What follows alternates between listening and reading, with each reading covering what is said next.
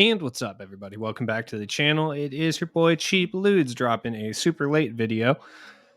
Look, I guess it's not super late. It's like 9 p.m., dog. I'm washed. Like, I don't know what to tell you. Like, straight up, I truly don't know what to tell you. Look, little spoiler action. We got some new drops from NBA 2K22, my team. Look, I kind of figured it was going to be, I think everybody figured it was going to be Signature Series because like 6 p.m. Central Time hit and we still hadn't seen any drops or anything. But we'll go through it. So first thing I want to talk about the voting here for the NBA 75 collection rewards. Shout out to Chris Money Mullen. My boy Chris Mullen is somehow winning. I've seen a lot of talk of view botting, which I don't necessarily think is accurate in any way, shape, or form. I really don't. I think Chris Mullen is just a little more popular than people realize, especially with the old head demographic like myself. Also, I think a lot of people realize that Dikembe Mutombo probably won't be able to shoot, and we just got a bunch of centers. So Chris Mullen, I think, is actually the right choice. I think Glenn Rice might be a little bit better, but we just got a Glenn Rice card, so I don't think this is view botting as much as it just makes sense. It's the natural player that people would pick. Dikembe is not going to be able to shoot. We just got a Pink Diamond Glenn Rice. Nobody wants Joe Dumars. Then we got the 80s. Thurl Bailey.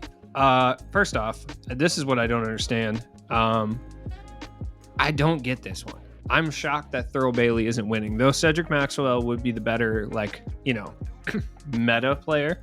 We've just gotten so many small forward shooting guards that it's just shocking to see Maxwell in here. Personally, I think the person who should have won was Jack Sigma. I don't think people realize how good Jack Sigma would have been. It is what it is, though. I digress. We also got the NBA, my team. What was I going to say there? I don't know where I was going from this. NBA 2K22, my team, 250K tournament brackets. And all I've been seeing on my timeline are people asking for Hoff badges. And like every single person who is participating in this tournament is doing this. They've been asking for MT and Hoff badges. All right. So first things first, I wanted to say that because I saw Ty catching a bunch of flack for it. Every single person who's competing in these tournaments has been asking people for Hoff badges and MT. Like it's just facts. But this is why I think badge editions are really, really bad for competitive my team. Like if you're able to badge up cards, though I like it for like my purpose of being able to use, let's say, Pink Diamond Rudy Gay for well longer than he should have been used. I think it's nice. Same with like Pink Diamond AK and stuff. But when you get into the 250K tournament, I think what they need to do is put a rule in place that you're only able to use like non-badged up versions of cards, or have a limit to the amount of badges or Hoff badges a card can have to be eligible at this point, right? So I think it would be cool if they set for a Dark Matter, they only could have 25 Hoff badges tops at this point, right? So you can only add like 3 or 4 to them. And then for Opals, like a 20 Hoff badge max. You know what I mean? I think that would be cool and add a strategic element to it, but it is what it is. That's just my thought. We got our first drop, my boy, Rudy, the great Rudini, which he didn't co-sign that nickname in any way, shape, or form. He did not co-sign that. Also, is this my card? No, it's not. Okay. I was like, that's sick. Yeah, Rudy Gay did not co-sign the great Rudini. Okay. Rudy's going to be a demon, though. He might actually be like the best power forward, small forward in the game. That's just me, though. It is what it is. We're going to find out. I'm going to talk more about this card in a second. Then we got 2 different D-Robs. I don't know what they're doing with the anime style one. I don't know if like the anime style one is not going to have badges. Are there going to be 3 D-Robs in this set? I don't know. And why doesn't Rudy get an anime version? I have many questions here. D-Rob's going to be the best center in the game, or at least one of them. No question about it. And then we got Luka Doncic. It is the day before the 250K tournament. I fully expect them to change Luka's jump shot, and I will explain why in a second. So, looking at 2KDB, let's take a look at around this same time last year, because I want to see when the cards came out. I believe the final qualifier, if I'm not mistaken, was when Opal Jordan came out. It was like one of the final qualifiers, I believe, right?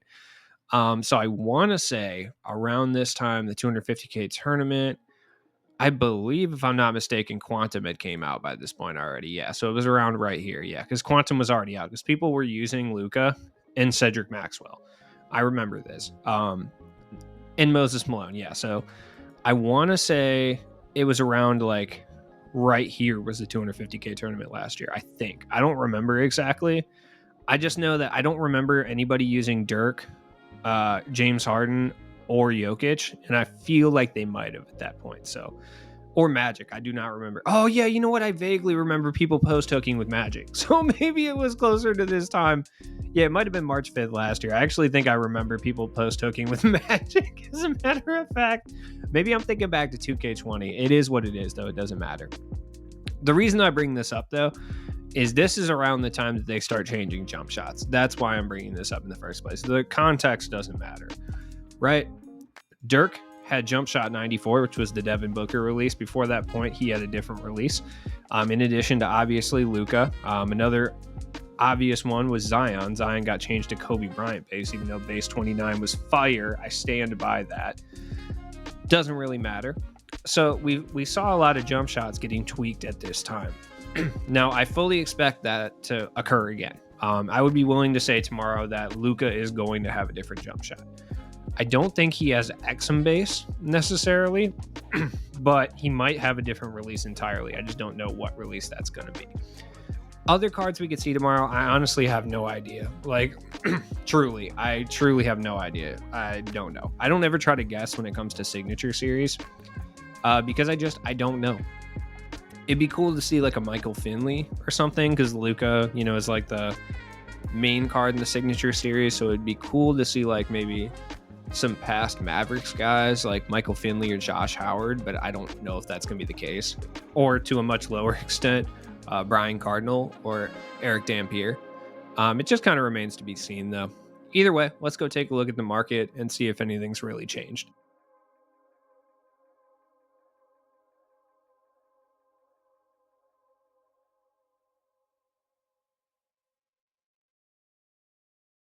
All right, let's take a look at the market. I don't know what cards are going to crash due to this release. It's kind of a weird one. Like, it's very well rounded. We got a elite small forward, center, and point guard. I expect Shaq to fall in price, and the reason that I think he will fall in price is just because I think D-Rob is just going to be like essentially a Shaq type player with worse ball handling, a little bit slower, but he's going to be able to stretch the floor. And he's kind of a more hyped center. I mean, everybody remembers Pink Diamond D-Rob, so I would fully expect him to kind of drop in price. Scotty will drop in price too, which is excellent because Scotty's still going to be a top-tier wing. Cade, I think, will have a big market impact. Him and Jalen Rose, I think, will have the two biggest or most noticeable market impacts, personally. Is Cade going to be like 50K? No. Like, Cade's going to be like, I don't know, probably like 90 or something, possibly a little bit lower, depending how good Luka is. Like, if Luka has a different jump shot, like base 3 or Exum base or Ray Allen base or something, I could see Cade dropping even lower. But there is some already for like 99K. So if you wanted Cade, I don't think it's a bad idea to pick him up now. You might be able to get him for like 10K cheaper tomorrow, but it's possible that you also won't, just in case like the pack odds are horrible. This Luka's still going for 90K. If you have him, sell him right now. Like, that's all I got to say about that. Like, straight up.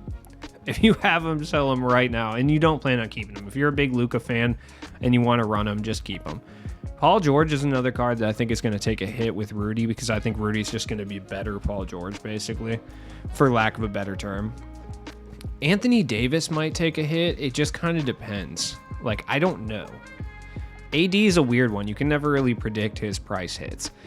John Morant, I think we might be seeing John Morant in regards to the players of the month or the moments of the month. So I would hold off on buying John Morant, period. Giannis doesn't drop because he's Giannis. I mean, he'll be a little bit cheaper tomorrow, but he's still Giannis. So you know what you're getting there. Realistically, you know what I mean? AK will be dirt cheap, and he'll probably be the best dirt cheap card you can buy tomorrow, straight up.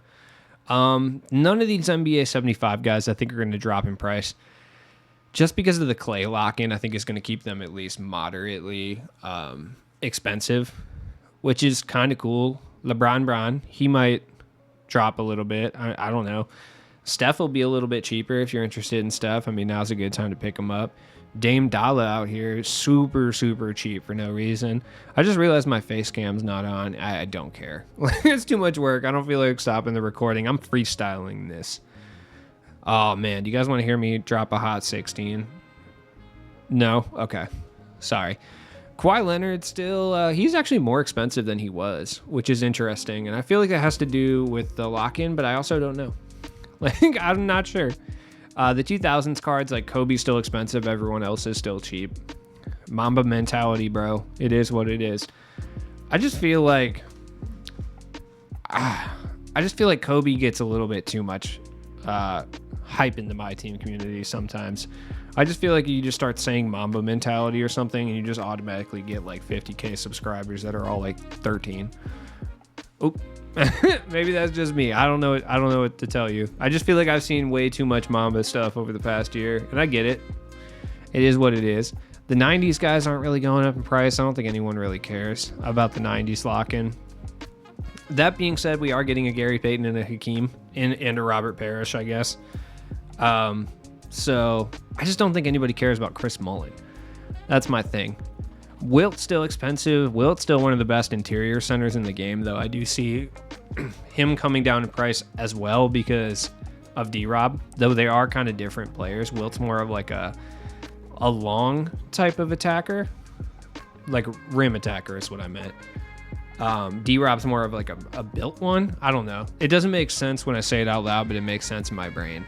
Joel Embiid, I think, will take a price hit as well. There's just too many good centers that came out recently that I think he drops. I don't know if he's going to be a buyout. It depends how affordable and how easy to draw D-Rob is. That's going to be a real indicator on some of these cards.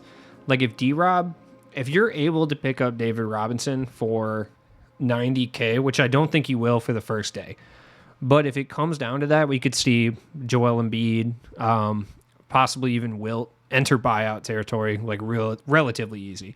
Oh, that was not good. Klay Thompson, wow, a 27 Hoff badge Klay Thompson. Like, what's the point? Why are you even selling this Klay Thompson at this point? Like, truly, 27 Hoff badge Klay. I guarantee this person who's selling this 27 Hoff badge Klay locked in for Dark Matter Klay. Like, I just guarantee it. It doesn't make any sense. This happens every single time. And I truly, truly never get it. If you have a Klay Thompson with like 30 Hoff badges, why are you selling it while it's like significantly lower value? And what I mean by that is like, if I have a 27 Hoff badge Klay, he's going to be better than majority of the shooting guards that we're going to be getting for the next probably month, right? Until season 6, I would say. So why even sell him? This Kobe's a buyout. If you're a Kobe fan, go pick him up. 74K is a pretty good price. He's not the most meta card in the world, but it's Kobe. You know, it is what it is. Joe Johnson's cheap. I guarantee we get a Joe Johnson like player tomorrow. I don't know who it's going to be. Like I said, I'm hoping it's like Michael Finley or like Josh Howard or something. But I don't really know. Yee's actually kind of held steadfast in his price. I don't know if anyone's going to be running him in the 250K lineup. I'm interested to see what lineups people are going to run. That's the only good thing about badge editions is people will run crazy cards. Don Nelson is still ridiculously expensive. You know, you're not going to get $2 million for him anymore, but you can still get $500K for a coach if you have him. So please sell him now. I don't know who's paying $100K for a +8 grit and grind coach, but it is what it is. Jerry Sloan, the snatch god. Look at Phil Jackson. This husky man who's playing +8 for the triangle. Look, if you're interested in Don Nelson and you want a +8 coach that's going to improve three-pointer, go pick up Lenny Wilkins. Perimeter centric is not that much worse than space and pace. It does not give you the speed boost that space and pace does, I believe. At the same time, though, Don Nelson is not even close to as dripped out as Lenny Wilkins. Lenny Wilkins is dripped out to the maximum. My man is rocking a leather jacket with a red turtleneck. That's drip god. If you have any of these diamond boosts, save them for tomorrow, but I think tomorrow might be a good time to put them up. I think like D-Rob's going to require a speed shoe. So I think a lot of people are going to be picking up speed and acceleration for D-Rob. I think like Luka is going to require some defensive badges too. So if you have like steal, possibly like interior defense, like stuff like that, people are probably going to pay a decent amount more than they normally would. for those kind of shoe boosts. I think Luka will be fast enough on his own, but I could see him having like low 90s speed. So I think that'll just increase the speed with ball presence. And then we got 3-point shot. I mean, this one depends entirely on D-Rob, because Rudy and Luka are going to be able to shoot for sure. D-Rob is the one where this kind of is depending. Like if D-Rob has like an 86 or an 88 3, I could see the shoe going way up for that reason. If he's got a 93, it's probably not going to go up very much above like, 58K or something. Like realistically, many of us have 3-point shoes, so I just don't see it going crazy up right now. Other MT making stuff that it's worth noting right now is this weekend in limited, we got kind of a whack one, but also kind of a cool one. It's hard to say. Current series heat check and dynamic ratings only. I do see the dynamic ratings cards are going to go up in price due to this. At least some of them for sure. Those cards would be like Giannis is already like 50K. If you have this card, now's a good time to get the 50K, especially if you're not playing limited. Like who cares? Let's see who else. Jokic would be another one. Look at my boy Michael Porter Jr. He's definitely playing for me. He's 6'10 and plays shooting guard. How am I not going to play this dude?